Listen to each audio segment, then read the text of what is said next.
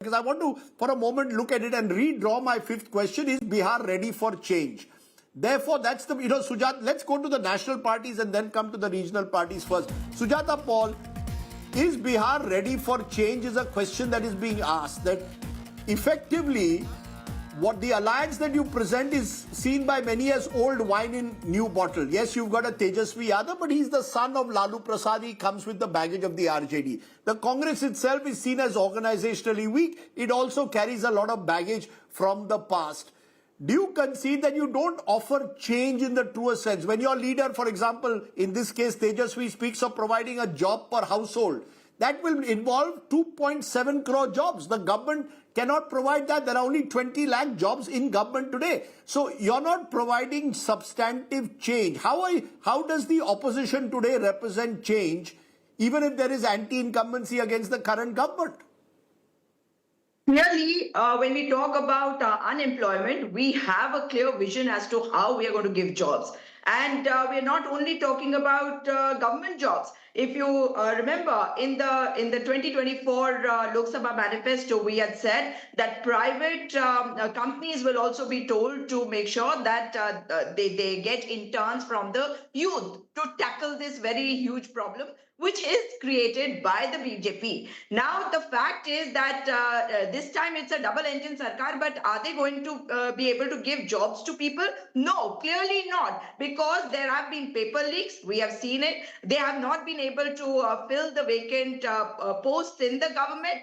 And we've seen the kind of corruption there is in this government. Because if you look at the CAG report of 2024, 70,877 crore rupees vanished simply under the eyes of the very so-called vigilant Mr. Nitish Kumar. Clearly, he doesn't know what is happening with him. There were 260,000 construction workers who did not get the funds which were supposed to go to them. Then 5 out of 11 state universities, there have been areas of salaries, and there are so many issues which have come to the fore. But when you talk about women and the youth, what are they looking for? They want stability. There is a migration problem which is becoming huge and humongous in Bihar. Who is going to tackle that? And let us not forget that people want change, and this change was certainly going to come even in 2020. Don't forget that even there, if you remember, the postal ballots were counted last, and there were questions raised on the collectors at that time, and we were in the midst of a pandemic. And the seats, of course, Miss Sujata Paul, you need to offer. It's one thing identifying unemployment is a challenge. The other problem is how do you tackle the problem? Bihar has some structural issues it's had to deal with, particularly with job creation. It cannot just be about government jobs. It's about bringing in investments in Bihar. And that brings me to Pradeep Bhandari. Pradeep Bhandari, truth is, you are been in power for 20 years.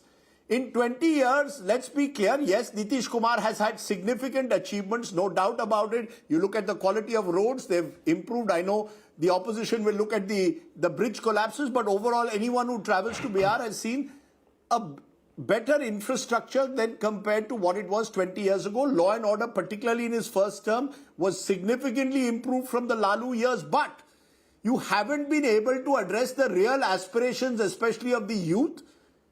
That remains a weakness, that there is, in a sense, Bihar Badlega, which Nitish Kumar spoke about, that Badlav has not taken place to the extent that was promised. Therefore, there's a gap between aspirations and the reality. Do you concede that or not?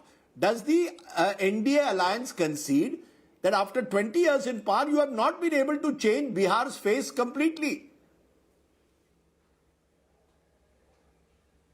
Well, Rajdeep, you and various other analysts and the Congress party always believes that in every successive election, and that's the same narrative which is Haryana, Maharashtra or Delhi, and the people of the various states give back the majority to the Bharatiya Janata Party or the NDA because it's a pro-incumbency government. So do not question the wisdom of the people of Bihar or any state when it votes in a government for 2 consecutive decades in an era where global anti-incumbency prevails. Now let me go fact by fact because I was listening to analysts.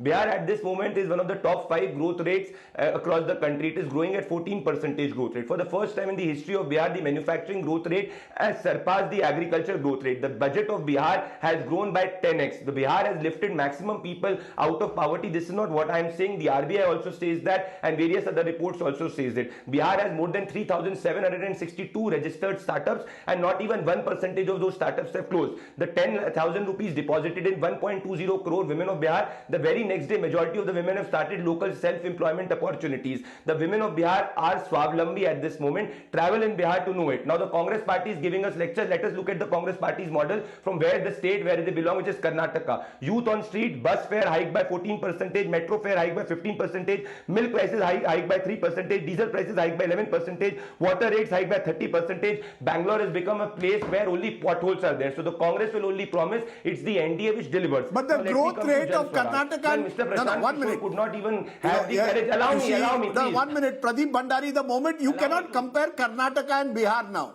Please, on every growth parameter, Karnataka is way ahead of Bihar, and I don't think that's a fair comparison. Let's compare Bihar from the point of view of other Hindi heartland states.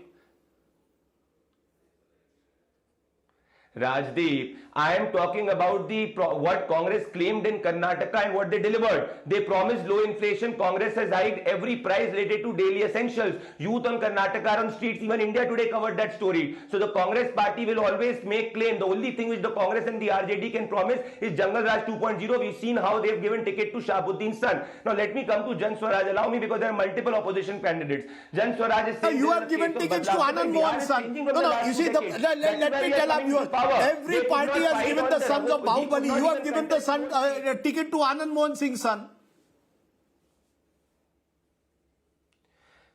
Rajdeep, Mr. Nitish Kumar and Prime Minister Narendra Modi's NDA government does not believe in state patronage to criminals. Have you seen ever where there was a time when Lalu Yadav was in power and Tejashwi Yadav used to, and the entire RJD was in power, where the state used to patronize? Please look at the statement of Sadhu Yadav. Multiple stories have been done by India Today. In fact, you at that time also used to do certain amount of stories with which used to expose the crime and criminal nexus. Has Mr. Nitish Kumar ever been involved in any place where the state has given patronage? No. Mr. Nitish Kumar, not a single case of corruption against him in the past 2 decades has been proven. So there is a clean government here. If there is a criminal, the state acts against the criminal. And this is not what I am saying. When you will go on the ground in Bihar and vote from the hinterland with a dispassionate mind, you will also see the MY factor. Mahila and you are both are with us. And Bihar has historically always been a state where the youth profile and the women profile has been higher. And with that, if the BJP and the JDU is coming back to power, you need to appreciate the fact it's the women and the youth which are voting us for pro-incumbency. It is not mere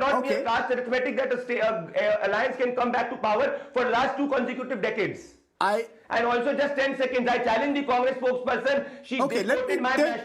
Let me take. I've heard you. I've heard you. Nitish Kumar and Prime Minister Narendra Modi leadership will go on. If she dares to spread a fake news, we will file a legal case against the Congress spokesperson. Stop spreading fake news and misquoting our leaders. I'm telling the Congress spokesperson right out here.